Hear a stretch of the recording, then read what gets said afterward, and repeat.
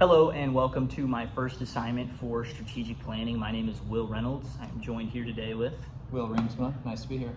And Will be interviewing me today based on what we've talked about so far in our strategic planning process. So Will, if you would please get us started off with our first question. Yeah, not a problem. I'd just like to ask you to tell me about what you've learned thus far in the class about strategic planning and specifically the first 4 steps of that process. Absolutely. To get us started off with the first step of the planning process, which is essentially setting the stage. Strategic planning ultimately requires a script, a starting off point. You need to know who's doing what by when.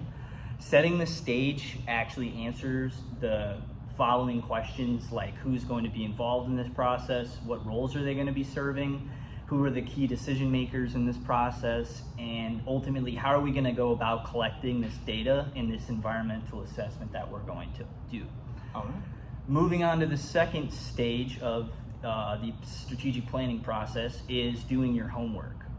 Before we can even get into the relevant information and data available to people in the organization, the authors first really push for us to mind our frames and, more importantly, consider our internal bias that we may hold within amongst us. I think it's a very well-known fact, human beings hold biases. And before we can get into, I would say, the brutal honesty of what organizations need to change, you have to confront those biases, expand your perspectives, and I'd say open your mind up to be more accepting of various inputs. After we consider our frames, the next step is to gather the necessary data and intelligence that's going to aid us in this planning process.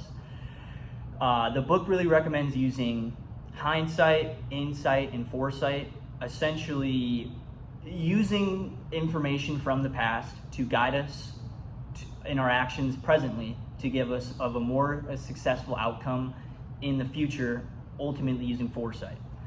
So after, I would say, after tackling our biases and unveiling all this prevalent data, after that we need to use what we called in the book a literature search. So that's using relevant information, data within the industry itself to give you enough of a starting off point for, I'd say, some of your lower team members to really properly contribute. Finally, the book ultimately calls for a strategic assessment, basically an outside third party to go over all this data from a very unbiased standpoint to really, I would say, push hard the more important goals and hopefully pushing aside some of those biases that may hold the data back. Right. For the third step of the process, ultimately you have to describe your culture. The first strategic planning session should consist of identifying, strengthening, and building greater commitment towards the organization's missions and its values. We discussed and we decided that the purpose of a business isn't just what good or service they provide. You need to get into the more nitty-gritty details. We've realized that the business provides the foundation for the good and the service. The purpose is the societal benefit that's really gained out of the business, ultimately from its, I'd say, overall goal, again, outside of pushing its good or service. You have to ask the question, what are our core beliefs and what do we ultimately believe in? Having a clear and concise mission, and to be more specific, a mission statement, provides that intrinsic value and motivation towards employees to push themselves beyond just what the boss is saying, but what they feel internally and how they feel towards the greater mission above them. Providing a deeper meaning to their position other than a paycheck, I think, will provide very effective results, especially when doing your homework, especially setting the stage and defining roles. I think if you really tap into their inner goals and their inner motivations, you can really put the description of your culture into a more plain view and get everybody more involve more stakeholders, get people to care about the process in general. And finally, the fourth stage of the strategic planning process, which is framing your questions. After you've gone through the collecting of the data, I should mention in that third stage, which is ultimately focus groups, bringing all of the members of your organization involved in this planning process into pods, into groups, breaking this data down, and making it more digestible to really tackle the forefront issues, which is what this stage kind of moves into, which is framing it, more specifically diagnosing strategic areas that your business needs to primarily face. You need to also find strategies for each area, as well as action steps for each strategy. You can kind of go a bit overboard in this step, whether, if it's 5 strategic areas, 5 strategies, and 5 action steps. Congratulations, you have 125 things to do. Get a little busy. So the book recommends 3 to 4 strategic areas to really tackle and get involved to again, not overdo it. A strategic area is defined as a major concern that your organization sees as a top concern. You will later frame most of these concerns as questions facing the organization. To be truly strategic, you have to really check off 4 things. You have to be comprehensive. You got to be critical to the organization. You have to be changeable and ultimately controllable. If those precautions and those variables aren't met, you're ultimately wasting your time on a problem too complex or too big to really tackle. Those are the 4 first steps of the strategic planning process. Awesome. Well, secondly, I just wanted to ask if you could tell me briefly the organization you have selected for this assignment. Yeah, so I selected my job. I work for Sherwin-Williams. To be very brief about it, we sell coatings, paint products, paint supplies to not only contractors, but homeowners as well. Contractors could be, somebody repainting a residential home, some commercial building, or a lot of property management and maintenance is what I would say the bulk of what we deal with. Yeah. I would say very briefly that's the organization that I work for. All right, and then just one more question I have for you. How would you apply those first 4 steps of this strategy and use that process to your organization that you've selected? Absolutely. I think the main theme that I have to go about is being very careful about how I go about it and not doing too much, which kind of leads me into the first step, which is setting the stage. I think holding one-on-one meetings with my staff members initially will be a bit more effective than I would say a focus group or a big group right out the gate.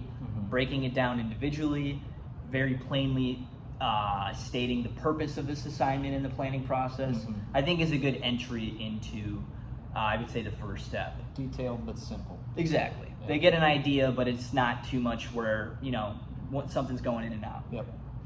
Moving into the second step, how I would involve that into my own process for Sherwin-Williams. I think focusing on the environmental assessment that we kind of talked about, more specifically doing that literature search. I think most of my staff members have a good idea of how to put paint on a wall and how to sell it the correct way, but the nitty-gritty industry, I would say, build details is a bit complex for them. I think something small and specific to start them off homework-wise. Our biggest competitor, Diamond Vogel, essentially merged with another store. So all of their physical locations are going to be no longer available. So all of these contractors that are Diamond Vogel physical store customers need a new place to go.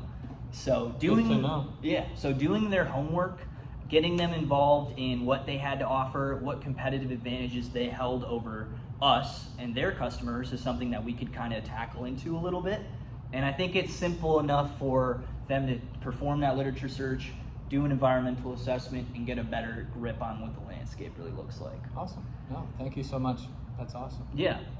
Third step, I think for describing the culture, they talked about stating, I would say, your norms. I would say your cultural values. What does the job mean to them? If they could describe it plainly in a couple words or less. I think starting it very small, asking the question, what does this job mean to you outside of selling paint supplies? Getting a better grasp on what Sherwin-Williams core values mean to them, I think is a good starting point for introducing this idea of describing the culture that they work in, which is hard, but I think starting plainly can... scratching the surface. Yeah. Yeah. Ultimately, the final step, framing my questions. I think using the snowfall card method that we talked about, and to briefly describe it to Will, you essentially have a focus group of, let's say, 6 members of it. You hand each member of the team a stack of cards. Per card, they would just jot down maybe a strategic concern they feel, a place in which the workplace is lacking, what a cultural value means to them, a short alert or statement about either their job or the organization or their role that can be collected amongst all these members, put on a board like in front of us, that can almost be compared to almost like snow falling on a wall. So that's where we get the snowfall card method name from. Okay. That puts it plainly in one big area. Each individual blurt or explanation or concern they feel, where every member can kind of view it, digest it, think on it, and discuss it among the team. Okay. So I think that's a pretty interesting method I can try with my team that they may not have seen before, Yeah. that can generate not only new ideas, but more critical thinking. Yeah, no. Giving people an opportunity to do something new that they've never done before can maybe bring out more honest answers too. Absolutely. So that'll do it for my first assignment for this. Thank you so much, Will, for joining me today. Yeah, anytime. Thank you for having me. Yeah, thank you very much.